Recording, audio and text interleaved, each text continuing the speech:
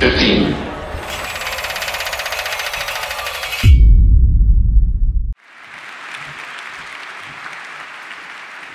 Thanks so much.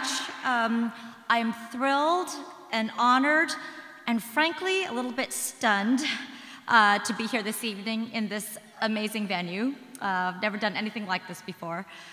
I'm guessing that most of you have heard bits and pieces about this ferocious tiger mother out there who wants parents around the world to burn their children's stuffed animals. So I thought that I would say a little bit about myself and how I came to write this book, Battle Hymn of the Tiger Mother.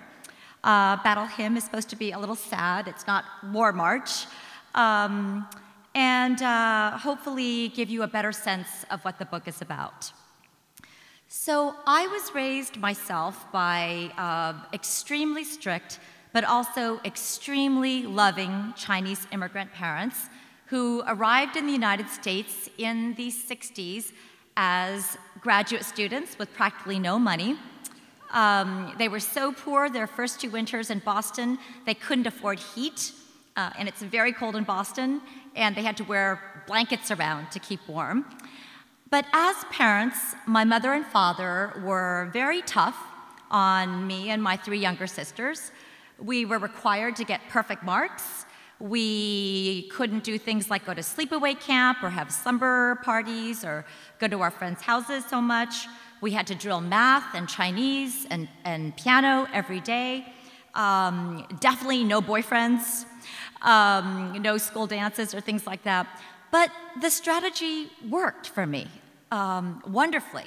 Not only did I have an incredibly happy childhood, but to this day, I'm extremely close with both my parents and all my sisters, and I feel that I owe my parents everything.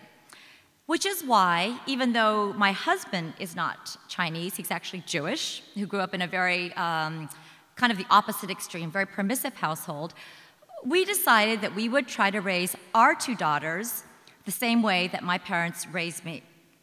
And with my first daughter, Sophia, things went pretty smoothly. She insisted that I put in the book that Chinese parenting wasn't imposed on her. She chose to go along with it. She's a very strong girl. But with my second daughter, Lulu, then came along, and basically I got my comeuppance. Lulu and I, this might be familiar to some of you, we have very similar personalities. We've always been very close, but she's a fireball. She basically came out from birth kicking and screaming and saying no the whole time. And I did get my comeuppance. We locked horns from day 1, and at 13, she rebelled in a very serious way. And this book is really the story of our family's journey in 2 cultures. It is about many of the strengths that I see in this kind of tough immigrant parenting. I stand by those. But it's also a lot about making fun of myself. Parts of it are supposed to be very zany. It's about my own mistakes, and ultimately how I had to pull back from the very strict parenting approach. So the book is a memoir. It's definitely not a how-to guide. It's more like a don't try this at home guide, if anything. So as I said, I literally wrote this book in a moment of crisis after Lulu had rebelled, and it wasn't just fighting, but something seemingly much more serious. And when it rains, it pours. My sister got leukemia and had to have a bone marrow transplant, and questions about what is important in life. And fights between Lulu and I intensified, and at a certain point, it felt like I was losing her.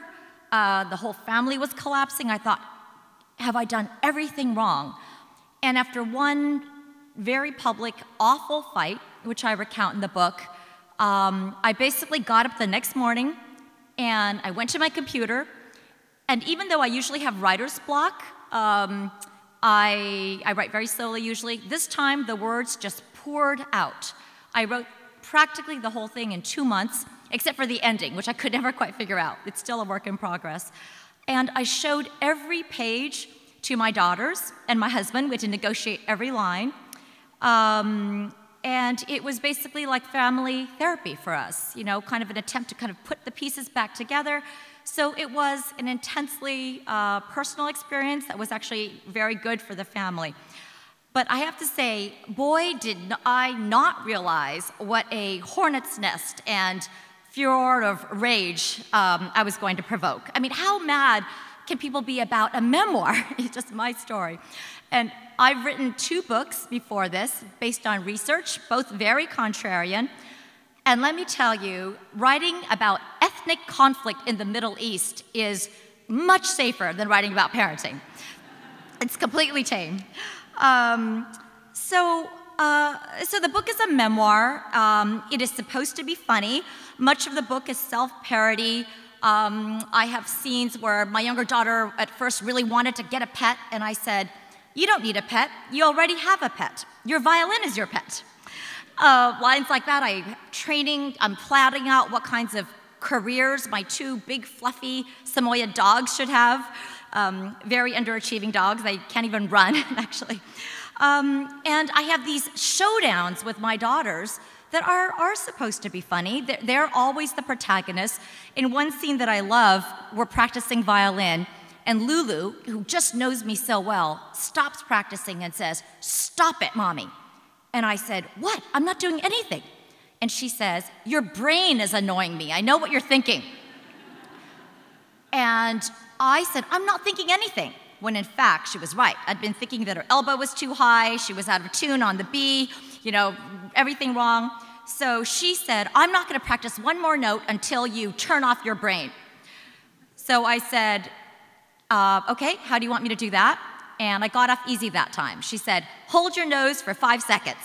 So I did that, and the practicing resumed.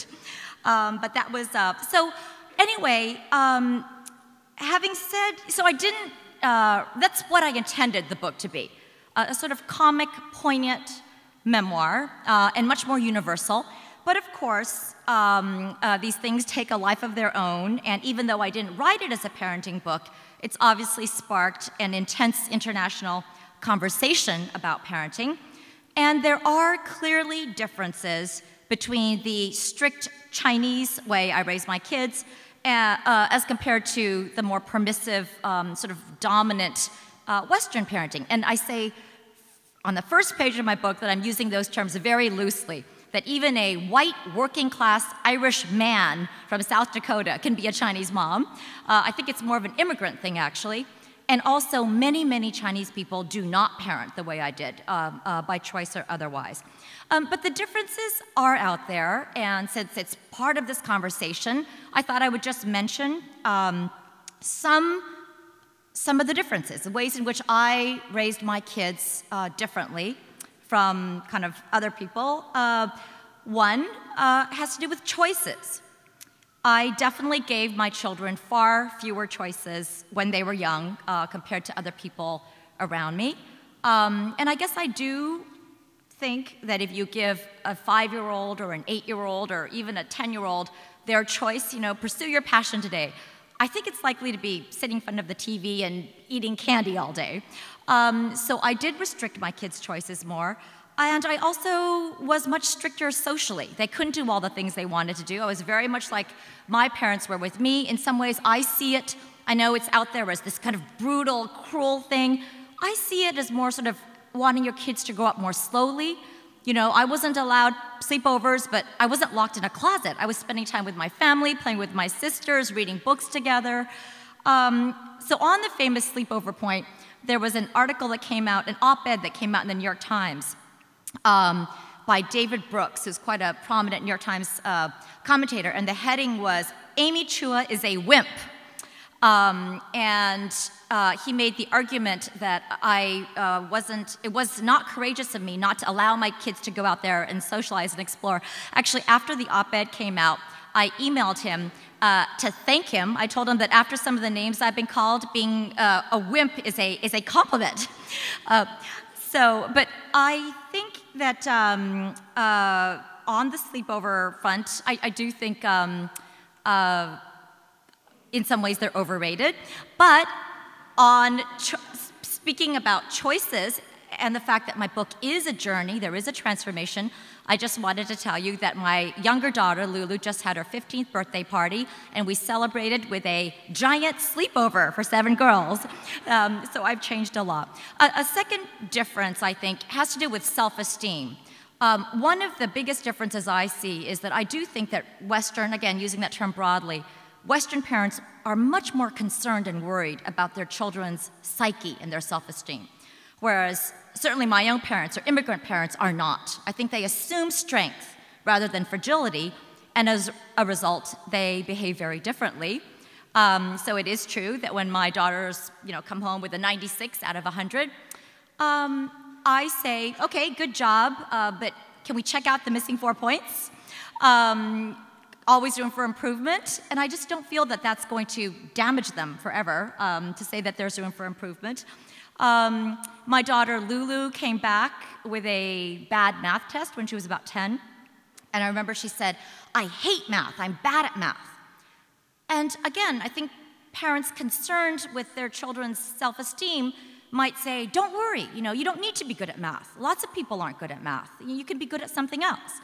But I didn't. I went the same way that my parents did. I wrote up all these practice tests. I did get the stopwatch out. I drilled it for a week. And the next test, Lulu did very well. And now math is one of her favorite subjects. So I think there is a real question about what is the best way to instill self-esteem.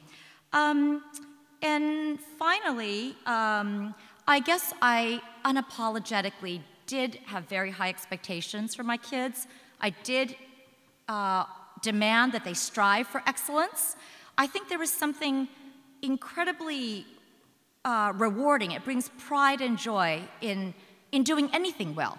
Anything. I think whether it's puppetry or drawing cats, Skype technology, but something it's inherently valuable and meaningful in itself.